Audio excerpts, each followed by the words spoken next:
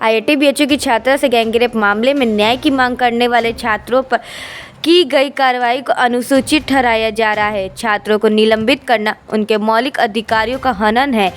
यह संविधान द्वारा दिए गए अभिव्यक्ति और विरोध के अधिकार का उल्लंघन है। कैंट विधानसभा की पूर्व प्रत्याशी पूजा यादव के नेतृत्व में छात्रों ने कैंडल मार्च निकाला, कुलपति से न्याय की अपील की और उनकी सद्बुद्धि के लिए प्रार्थना की। इस विरोध में विवेक यादव, राहुल यादव, राधे श्याम यादव और अशोक राजभर जैसे प्रमुख लोग शामिल रहे। आज किसी की भी हत्या हो जाती है तो यह प्रशासन, यह कानून, यह सरकार लोगों के अंदर डर बैठाना चाहती है कि आज किसी के भी साथ गलत हो, बलात्कार हो, हत्या हो, चोरी हो, डकैती हो, छेड़खानी हो, उनके खिलाफ आवाज न उठाया जाए।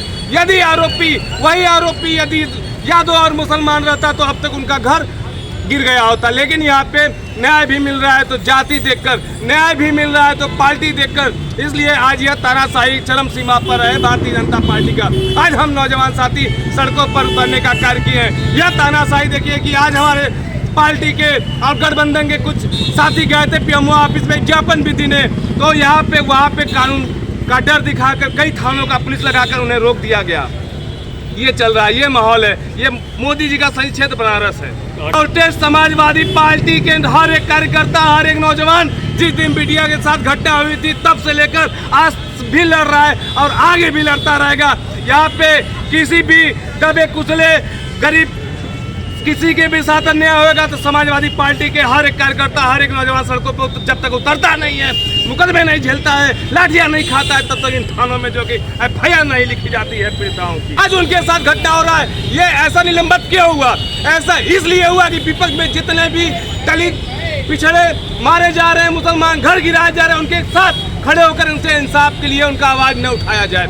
आज हमारी हत्या हो जाती है, अगर इसी तरह रवैया प्रशासन का चलता रहा तो मेरे लिए इंसाफ उठाने वाला कौन होगा? यह देश कहाँ जा रहा है? यह संविधान कहाँ जा रहा है? यह संविधान समाप्त करने का इन सब का साजिश है। लगातार देख रहे हैं हमारी बहन बेटियों के साथ बलात्कार होता है, अपराधी 2 महीना सब प्रचार प्रसार एमपी में करते रहते हैं, उसके बाद गिरफ्तारी होता है, कुछ दिनों बाद वो जेल से रिहा होते हैं और ये भाजपाई जो है कि फूल माला के साथ उनका स्वागत करते हैं। और उस पीड़ित बिटिया के लिए जो छात्र, जो नौजवानों ने आवाज उठाया, उन पर जो है कि यह बेचू प्रशासन कुलपति के इशारे पर उनको निलंबित कर कार्रवाई करता है। आप बताइए, हम लोग प्रोटेस्ट कर रहे हैं, यहाँ का जो कुलपति है उसके बुद्धि शुद्धि के लिए कैंडल जला के प्रार्थना की है कि उसको कुलपति को बुद्धि शुद्धि मिले।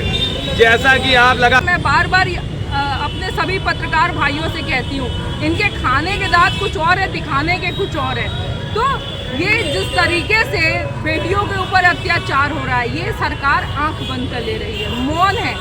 अब सोचिए, ये काशी नगरी है, ये धर्म की नगरी है, ये बाबा विश्वनाथ की नगरी है, यहाँ पे बीएचयू की बिटिया के संग बलात्कार होता है और यहाँ का कैंट विधायक लिप्त होता है और उसके बाद भी हमारे सांसद को कोई फर्क नहीं पड़ता है कि उस बिटिया के संग क्या होता है। क्यों नहीं अपराधियों के घर बुलडोजर चला? आज बेटियां जो छात्र उस बिटिया का साथ दिए, उन बिटिया का साथ देने वाले छात्रों को निलंबित कर दिया जाता है। ये कैसे कुलपति की तानाशाही है? ये कैसी निर्देशक की तानाशाही है? तो हम मांग करते हैं कि बेटियों का निलंबन, छात्रों का निलंबन वापस होना चाहिए। मैम, कितने 13 छात्र हैं, 7 छात्र लड़के हैं और लड़कियां हैं। तो ये दुर्भाग्य की बात है और हम इस पर कड़ा विरोध दर्ज करते हैं। ये संसदीय क्षेत्र है हमारे प्रधानमंत्री नरेंद्र मोदी का। वो लोग जो कसीदे पढ़ते हैं, बेटी बचाओ बेटी पढ़ाओ, तो वास्तव में जिस तरीके से बीएचयू की बिटिया के संग बलात्कार होता है और यहाँ के सांसद मौन रहते हैं, उस बिटिया के दर्द पे मलहम नहीं लगता है, 2 बोल नहीं बोले जाते हैं कि उस बिटिया के दर्द पे मलहम लग सके। तो देखिए, ये राम राज चल रहा है बीजेपी वालों का कि जो बच्चे उस बलात्कार के अपराधियों के लिए आवाज़ उठाएं, उन बच्चों को आज बीएचयू से निलंबित कर दिया गया।